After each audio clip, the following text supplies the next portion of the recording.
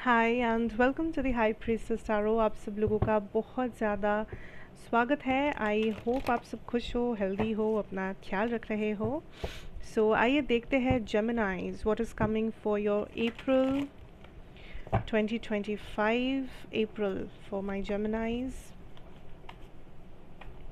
What will be the energies. मेरे बारे में, चैनल के बारे में, पर्सनल रीडिंग सेशंस के बारे में सारा इन्फॉर्मेशन नीचे डिस्क्रिप्शन बॉक्स में आपको दिया हुआ मिलेगा, आप जाके वहाँ से देख सकते हैं। अब कुछ लोग रिवर्सल्स देख के चौंक मत जाना, बिकॉज रिवर्सल्स मैं बार बार कहती हूँ नेगेटिव नहीं होता है। Anyways, let's get started जेमिनाइज।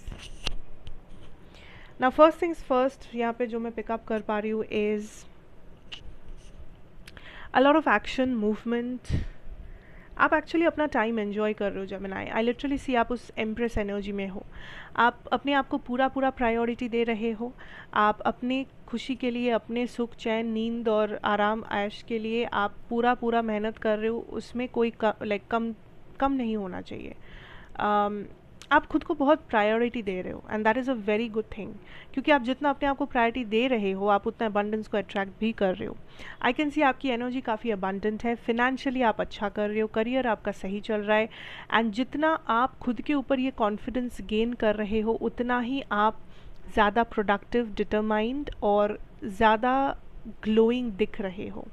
And मैं ये ग्लो आपके स्किन केयर की ग्लो की बात नहीं कर रही हूँ, ये ग्लो आपका इंटरनल ग्लो है। अंदर से जो ग्लो आता है इंसान का, जब इंसान जेन्युइनली खुश होता है या जब इंसान जेन्युइनली लाइफ में अच्छा कर रहा है, कर रही है, ये वो ग्लो की बात हो रही है। Financially I can see you very doing very good.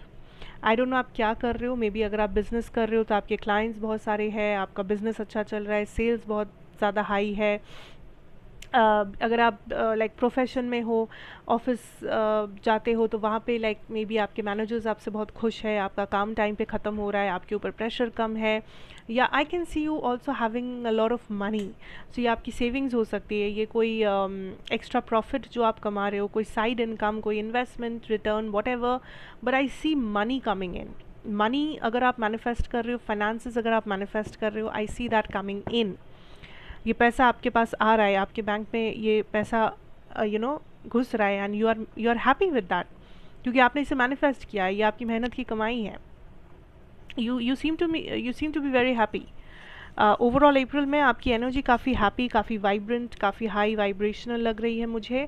और आप एक्चुअली जो सबसे अच्छी बात है कि आप अपने टाइम को एंजॉय कर रहे हो। आप दिन में ज़्यादा से ज़्यादा टाइम एंजॉय कर रहे हो of doing what you are doing. चाहे वो आप काम कर रहे हो, चाहे वो आप रिलैक्स कर रहे हो, चाहे वो आप कोई भी काम कुछ भी कर रहे हो, आप उस चीज़ को एंजॉय करके कर रहे हो। आप उस चीज़ को ऐसे नहीं कर रहे हो कि मेरे तो ज़िंदगी ख़राब है, मैं तो विक्टिम हूँ, मुझे तो ये करना ही पड़ेगा। No, you are doing, you are enjoying, और आप छोटी छोटी चीज़ों में खुशी ढूंढ रहे हो और एक्चुअली वो आपको खुशी दे भी रही है। छोटी छोटी चीज़ें लाइफ में आप एक बहुत बैलेंस लाइफ जी रहे हो अप्रैल में।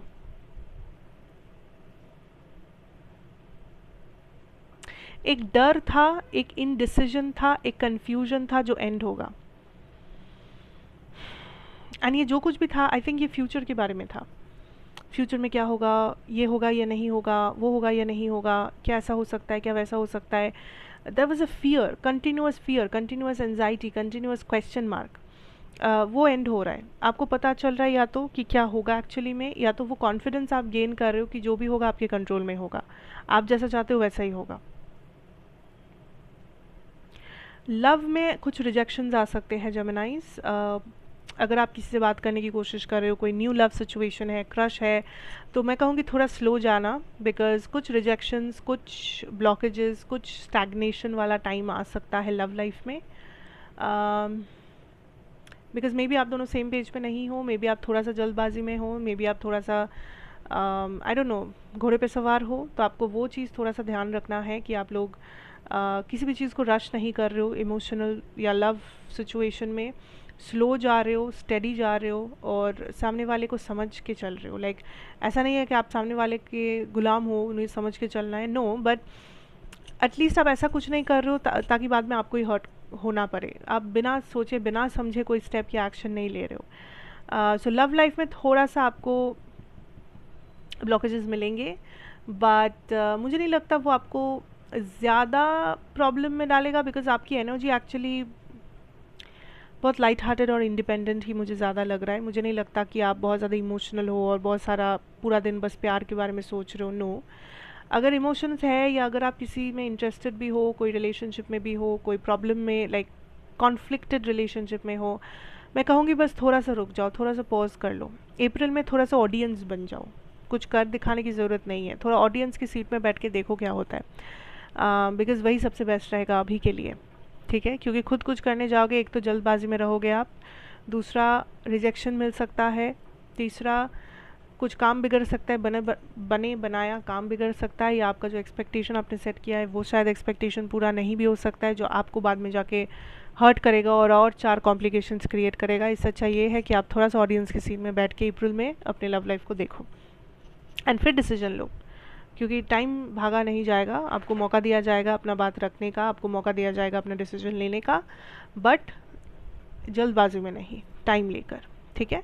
सो that is what I am picking up for my Geminis here in April 2025. Thank you so much for watching. कैसा लगा ज़रूर बताना, like share comment subscribe, be part of this family. मैं आपसे फिर मिलूंगी एक और रीडिंग के साथ। Till then take care, have a good time ahead and good bye.